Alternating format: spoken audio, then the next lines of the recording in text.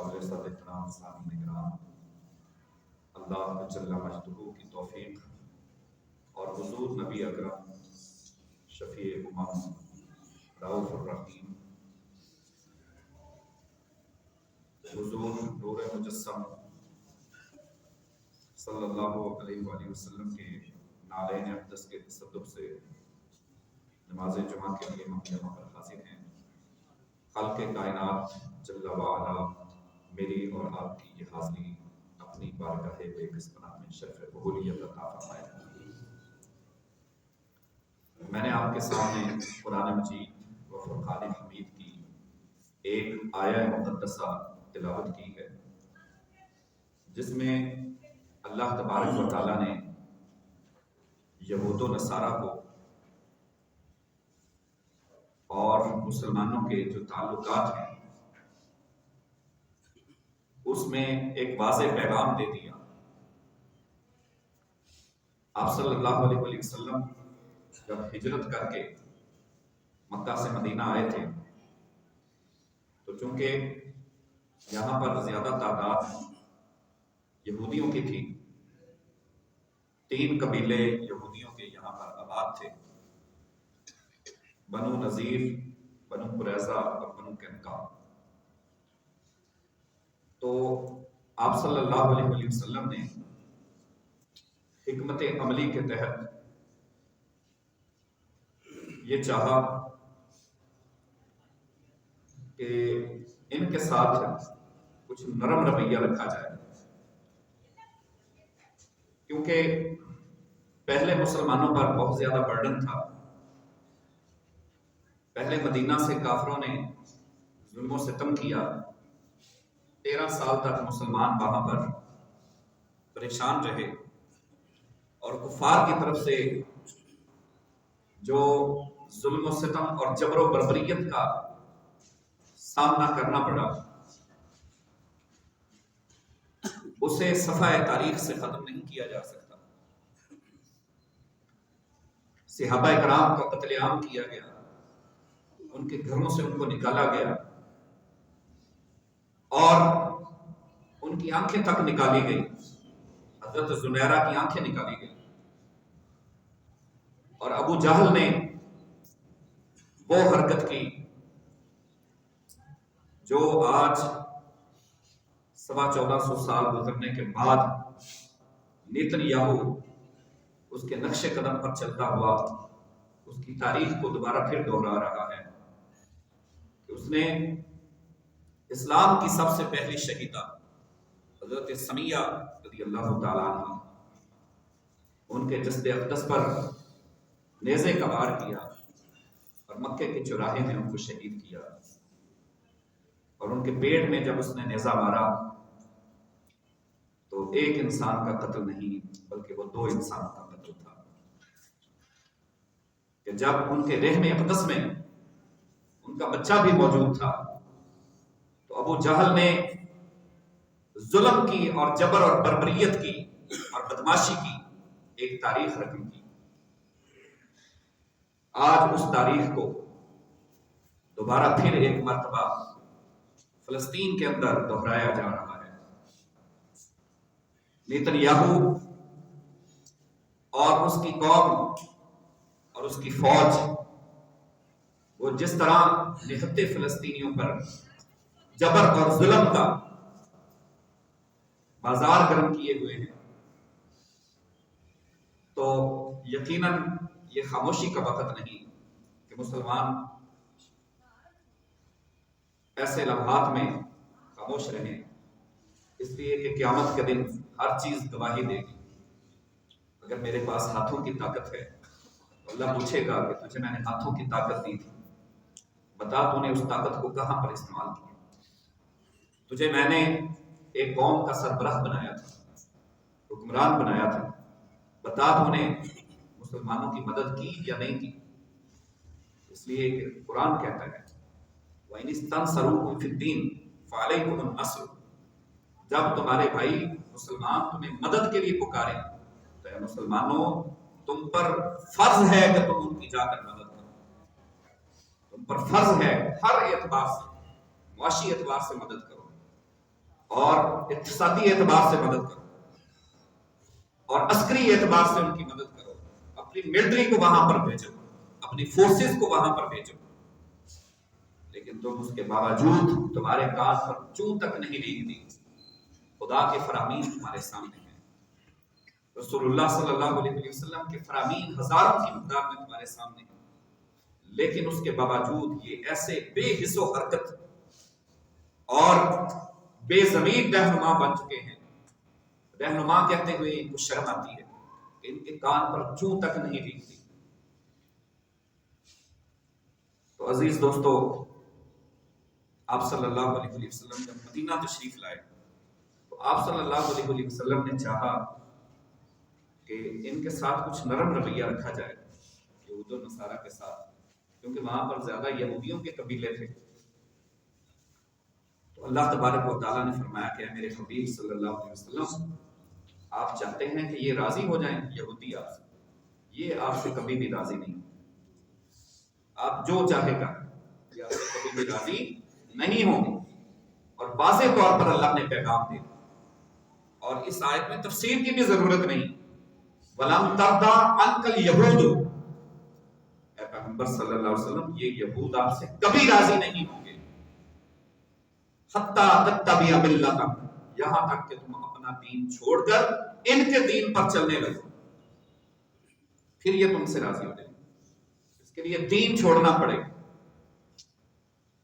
تو یہی وجہ تھی کہ جب بر صغیر کے اندر مسلمانوں کو مارا گیا تو وہاں پر بھی یہی طریقہ انہوں نے اپنایا کہ جو کوئی اپنا دین چھوڑ کر ان کا دین اختیار کر لیتا، جب یہ برطانیہ نے حکومت کی تو انہوں نے، آپ دیکھیے کہ نمک پر ٹیکس لگا دیا، آٹے پر ٹیکس لگا دیا۔ جب یہ ٹیکسز انہوں نے بڑھائے اور لوگ غریب غربت کے مارے ان کے پاس جاتے تھے آٹا لینے کے لیے، روٹی لینے کے لیے، وہ کہتے تھے ہم تمہیں دیں گے، آٹا بھی دیں گے، روٹی بھی دیں گے، سب کچھ دیں گے، لیکن شرط یہ ہے کہ کلمہ ہمارا پڑھے۔ تو کئی لوگوں نے اپنا ایمان بھی تبدیل کیا۔ آج یہ جو بھیک مانگ رہے ہیں IMF سے اور بار بار جا کر ان کے دروازے پر جا کر جھولی پھیراتے ہیں، آپ کا کیا خیال ہے کہ وہ ایسے ہی ان کو بھیک ڈال دیتے؟ وہ ایسے نہیں ان کو روٹی ڈالتے، وہ روٹی اس لیے ڈالتے ہیں کہ تمہارے گلے میں جو پٹا ہم نے ڈالا ہے اس کی، وہ ہماری مٹھی میں اس کی رسی ہونی چاہیے۔ جب ہم چاہیں گے تب تم ہمارے نام سے، ہمارے حکم سے تم نے بھونکنا ہے اور ہمارے حکم سے ہی تم نے بولنا ہے۔ چپ کرنا ہے تو ہمارے حکم سے کرنا ہے، بولنا ہے تو ہمارے حکم سے بولنا ہے۔ یہ مقصد ہے ان کا۔ آپ کیا سمجھتے ہیں؟ اس لیے دو ٹوک الفاظ میں اللہ نے فیصلہ کر دیا،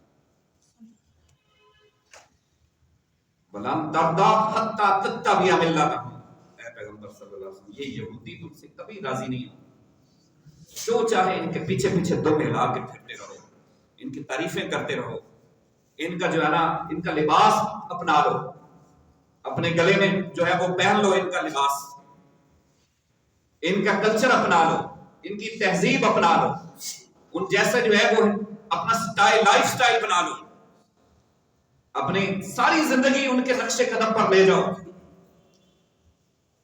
لن ترضیٰ، یہ کبھی بھی تم سے راضی نہیں ہوں۔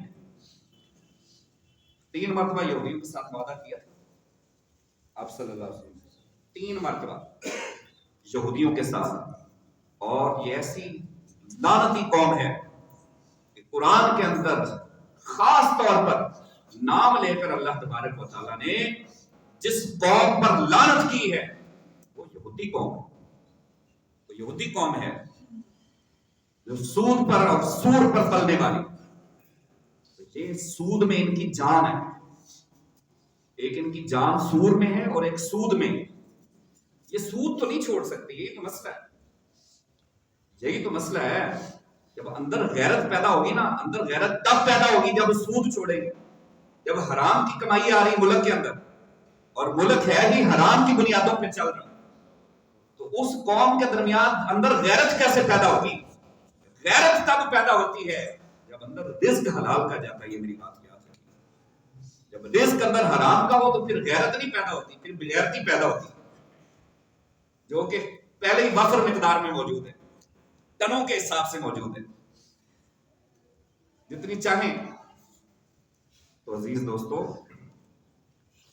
باتیں تلخ ہیں، کڑوی ضرور لگے گی، یہ ہم سب کا یہ مسئلہ ہے۔ یہ کس کے سامنے ہم ہاتھ پھیلائیں، کس کے سامنے رونا روئیں؟ مسئلہ صرف یہ ہے کہ ہمارے پاس تو صرف یہی ہے نا، ایک زبان ہے۔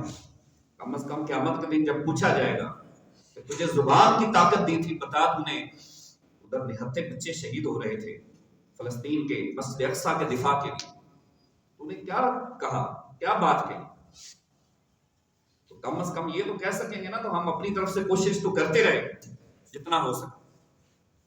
حضرت ابراہیم علیہ السلام کو جب نمرود نے آگ میں پھینکا تو ایک چڑیا وہاں پر، مورخین لکھتے ہیں کہ اپنی چونچ کے اندر پانی لا کر اس آگ کو اتنی بڑی چیخا، 50 مربع کوس، آپ اندازہ نہیں کر سکتے 50 مربع کوس،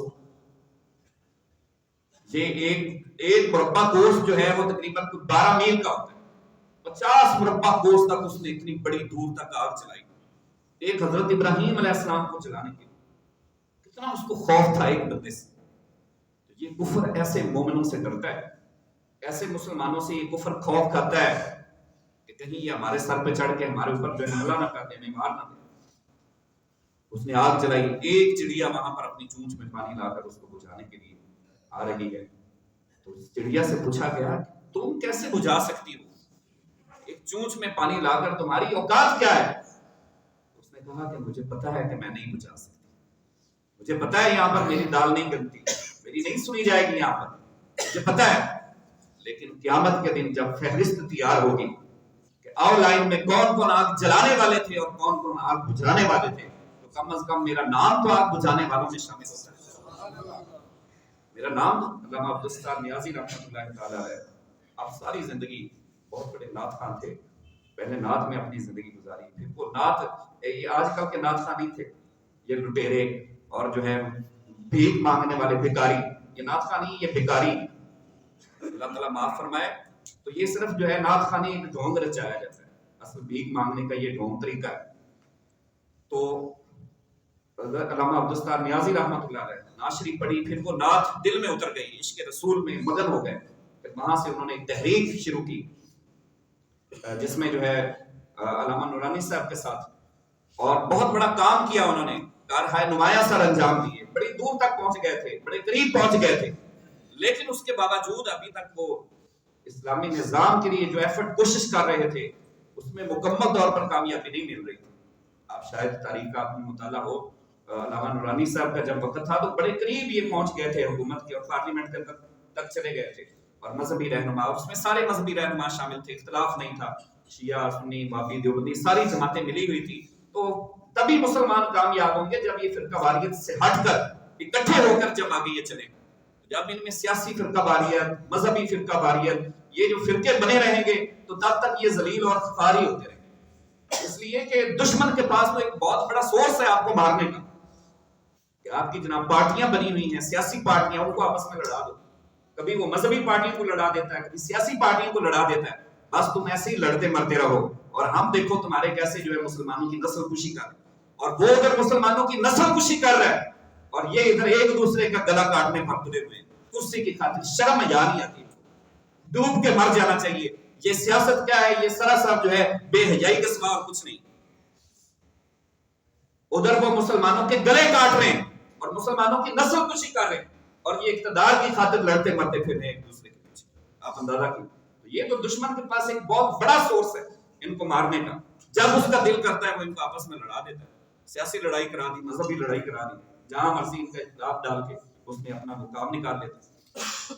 تو روزہ رسول پر گئے علامہ عبدالستار نیازی رحمۃ اللہ تعالی علیہ، اور وہاں پر خصوصی استغاثہ کیا، بہت روئے، بہت روئے، یا رسول اللہ صلی اللہ علیہ وسلم عرصہ دراز سے لگے ہیں لیکن ابھی تک بات بن نہیں رہی، میں چاہتا ہوں کہ آپ کا دین اور اسلام نافذ ہو جائے، اس کے قوانین نافذ ہو، لیکن ابھی تک کوئی پایا تکمیل تک بات نہیں پہنچ رہی۔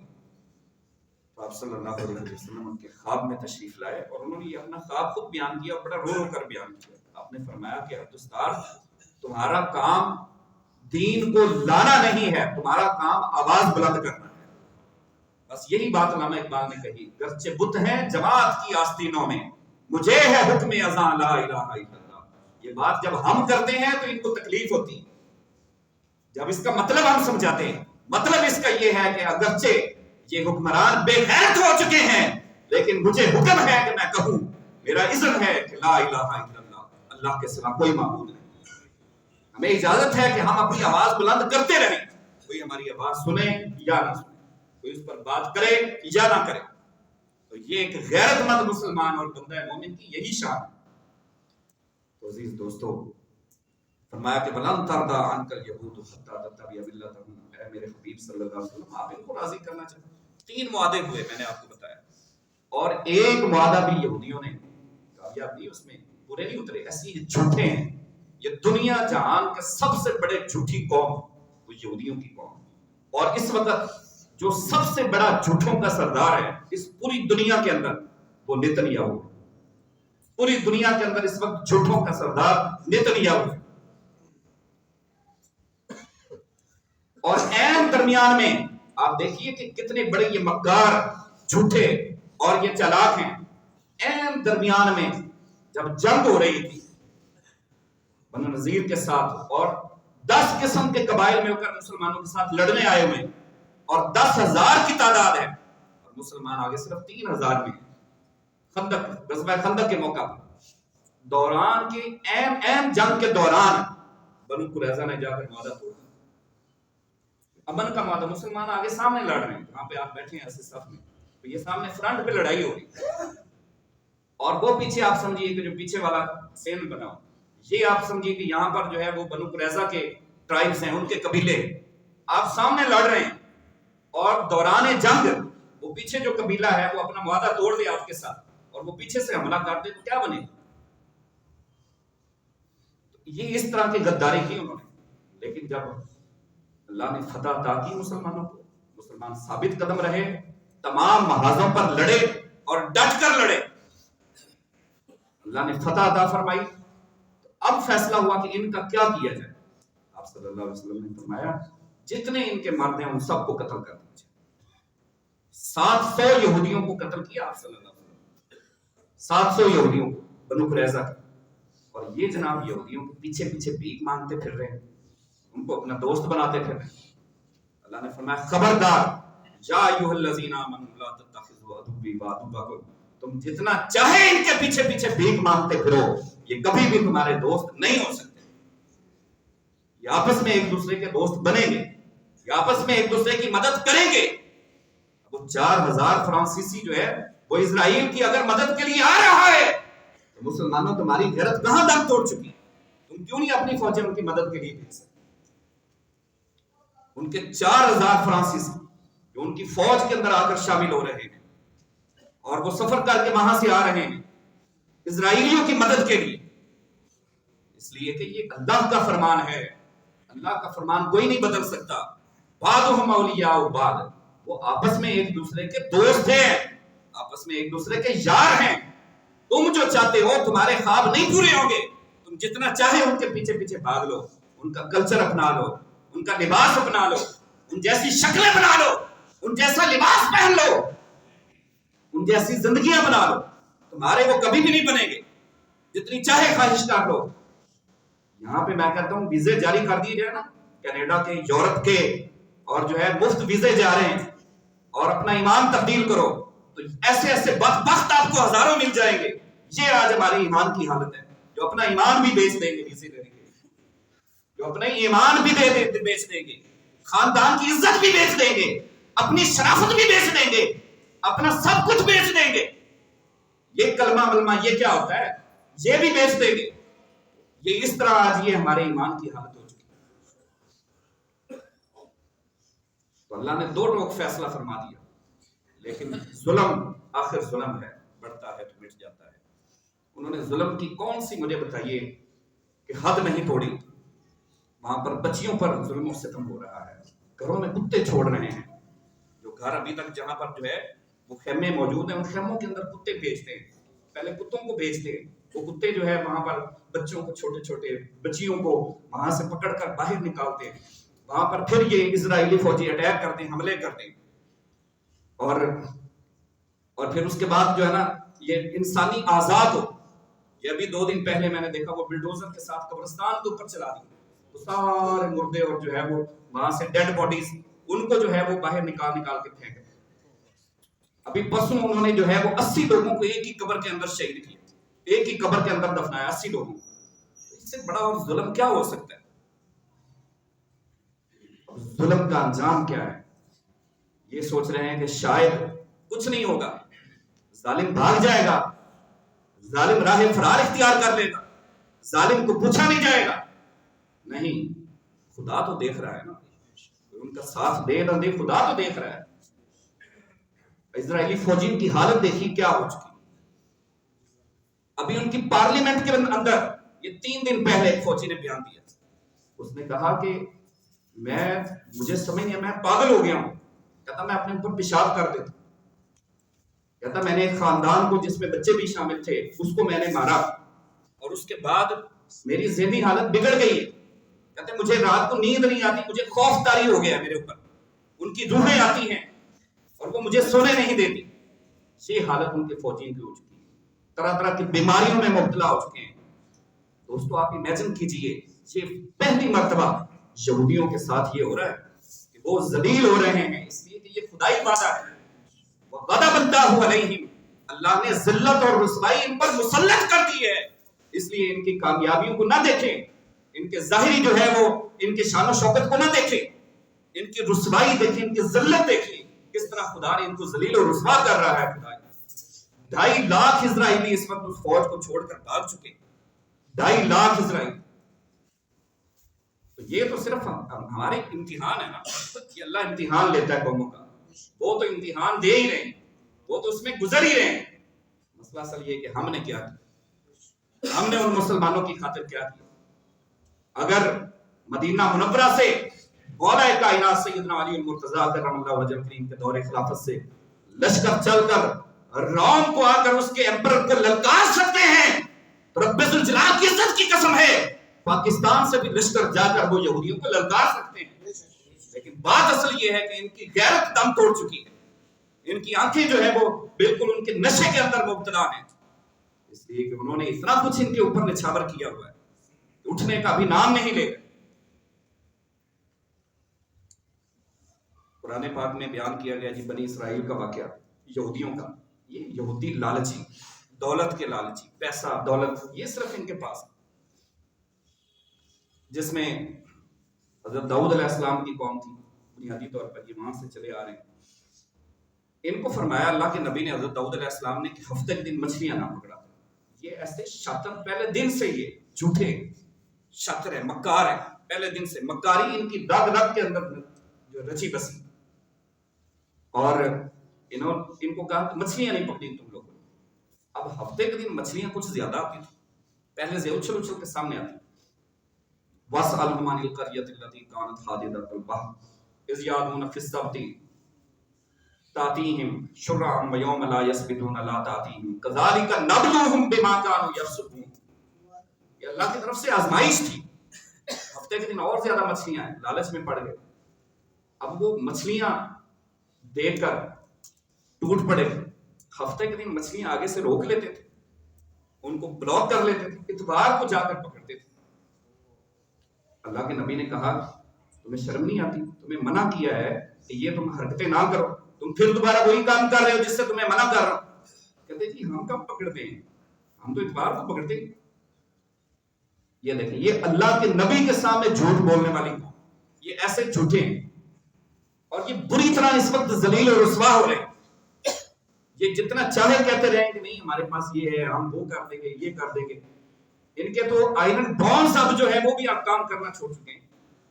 یہ تو صرف مسلمانوں کا تھوڑی سی ہمت دلیری کی بات ہے، تھوڑی سی دوسری قومیں تھوڑا سا اگر ساتھ دیں، میں کہتا ہوں ساتھ نہ بھی دیں، اس لیے کہ رسول اللہ صلی اللہ علیہ وسلم کا فرمان ہے قیامت اس وقت آ ہی نہیں سکتی جب تک کہ بیت المقدس مسلمان فتح نہیں کر دیں. اور فرمایا کہ ہر دور میں یہ جو ختم کرنے کے خواب ہے نا، یہ خواب ہی ان کے رہ جائیں گے. ہر دور میں آپ صلی اللہ علیہ وسلم نے فرمایا مسجد اقصی کے دروازے پر میری امت کا ایک گروہ ایسا ہے جو پڑا رہے گا اور اپنی جانیں قربان کرتا رہے گا، ان کو کوئی پرواہ نہیں۔ یہ تو اگر ساتھ دیں گے تو ان کا کنٹریبیوشن ہو جائے گا، یہ بات۔ اگر ہم آگے بڑھیں گے تو وہی بات اس چڑیا والی کہ اس فہرست میں نام ہمارا آ جائے گا کہ ہم بھی کم از کم جو ہے وہ ظالم کے ساتھ نہیں تھے، ہم مظلوم کے ساتھ تھے، کم از کم یہ بات ہماری کلیئر ہو جائے گی۔ یہ تو امتحان ہے کہ کون ظالم کے ساتھ ہے اور کون مظلوم کے ساتھ۔ تو عزیز دوستو، اللہ نے فرمایا جب ان باز نہیں آئے اپنی حرکتوں سے، اللہ نے فرمایا کونوا قردۃ خاسئین، اے لعنتیو ذلیل بندر بن جاؤ، ان کو ذلیل بندر بنا دیا۔ لیکن اس سے پہلے سنیے، جو اس نافرمانی کو دیکھ کر خاموش رہنے والے تھے ان کو اللہ نے بندر نہیں بنایا بلکہ اس سے بھی گھناؤنی سزا دی، اللہ نے ان کو خنزیر بنایا۔ وہ جو ظلم کو دیکھ کر، ان بچوں کی شہادتوں کو دیکھ کر، ان کا قتل عام دیکھ کر اور ان کا ہولوکاسٹ اور نسل کشی دیکھ کر، جو ایٹمی طاقت ہونے کے باوجود بھی اس کے اوپر سانپ بن کے بیٹھے ہوئے ہیں، تو آپ دیکھیے کہ وہ خنزیر سے بھی بدتر ہے، وہ خنزیر سے بھی بدتر ہے۔ یہ خدائی عذاب ہے اور خدائی وعدہ ہے، یہ سن لیجیے۔ میں وَكُونُوا قِرَدَةً خَاسِئِينَ، یہ وہ تھے جو اس میں انوالو تھے، ظلم کے اندر، نافرمانی کے اندر، اور جو اس پر خاموش رہنے والے تھے ان کو فرمایا تم ذلیل سور بن جاؤ۔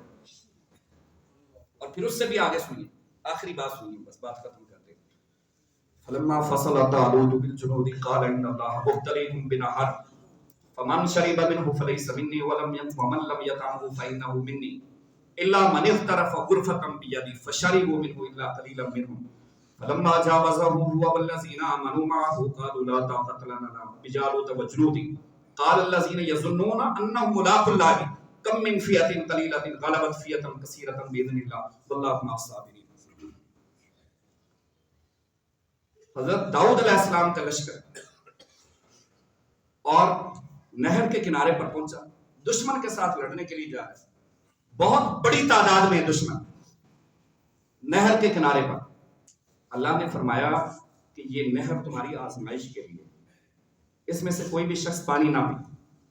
اللہ کے نبی نے کہہ دیا کہ دیکھو اس میں سے پانی نہ پینا، بڑی دور سے آ رہے تھے، شدت کی پیاس لگی، گرمی شدت کی تھی، گھبراہٹ تھی، بے سر و سامانی کی حالت تھی، بھوک اور پیاس میں جو ہے وہ جان لبوں پر رکھی۔ آپ دیکھیں کہ جان لبوں پر ہو اور پھر حکم ہو کہ پانی ادھر سے نہیں پینا، تو کتنی بڑی آزمائش ہو۔ اللہ ایسی آزماتا ہے، لیکن یاد رکھیے جتنی بڑی آزمائش ہوتی ہے نا، انعام بھی اتنا ہی بڑا ہوتا ہے، انعام بھی اتنا ہی بڑا ہوتا ہے۔